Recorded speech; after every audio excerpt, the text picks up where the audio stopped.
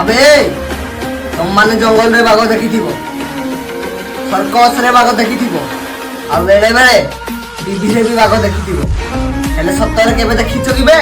ଦେଖ ବେ ବାଘ ମତେ ହଉ। ଜୟ ଜଗନ୍ନାଥ।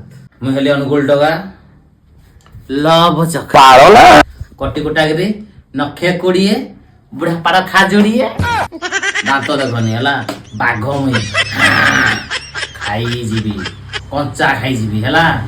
ଆଉ ଶୁଣୁ ଘମଣ୍ଡ ଦେଖେଇବୁନି ମତେ ହେଲା। 15 ଲକ୍ଷର କାର ଅଛି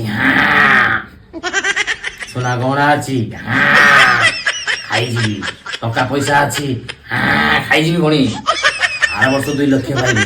ଘମଣ୍ଡ ତାକୁ ଦେଖଉଛୁ କିରେ ମୋ ଅଜା ଚାକିରି କରିଥିଲା, ମୋ ବାପା ଚାକିରି କରିଥିଲା, ମୁଁ ବି ଚାକିରି କଲି ନାଇଁ କରିବି ହେଲେ ଘମଣ୍ଡ ଦେଖେଇବୁନି ମତେ ହେଲା। 35ଟା ଚାକିରି ହେଇଛି ପୁତ୍ରା ଝିଅ ସବୁ କରିବେ, ମତେ ସେ ଚାକିରି ଗୋଟେ ଦେଲେନି ହେଲେ ବି ବାଘ ଖାଇଯିବି। ଏ ତତେ କହୁଛି ଯେ ତୁ ଡୁପ୍ଲିକେଟଟା ସାରା ଅଲ୍ ଇଣ୍ଟର କିଏ ଘାଣ୍ଟୁଛି ମାନେ ମୁଁ ବାଘ ସାଲା ଅଲ୍ ଇଣ୍ଟର ଘାଣ୍ଟି ସାଇଲି ନା ଆହୁରି ବି ଘାଣ୍ଟିବି।